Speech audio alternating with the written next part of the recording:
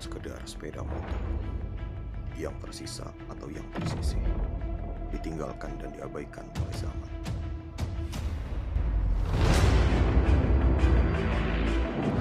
Setelah hampir 40 tahun sejak awal kemunculannya, Binter Mercy tetap menjadi satu bagian dalam kehidupan kita.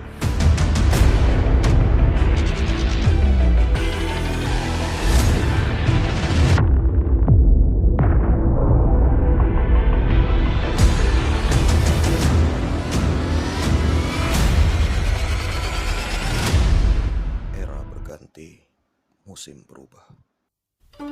Masa dan tren boleh datang dan pergi, tapi cerita tentang Binter Mercy tetap tinggal.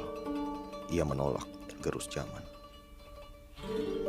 Ini adalah cerita tentang ketika di masa lalu sepeda motor dibuat untuk dirawat dan diperbaiki oleh tangan terampil, bukan dengan layar atau teknologi lain.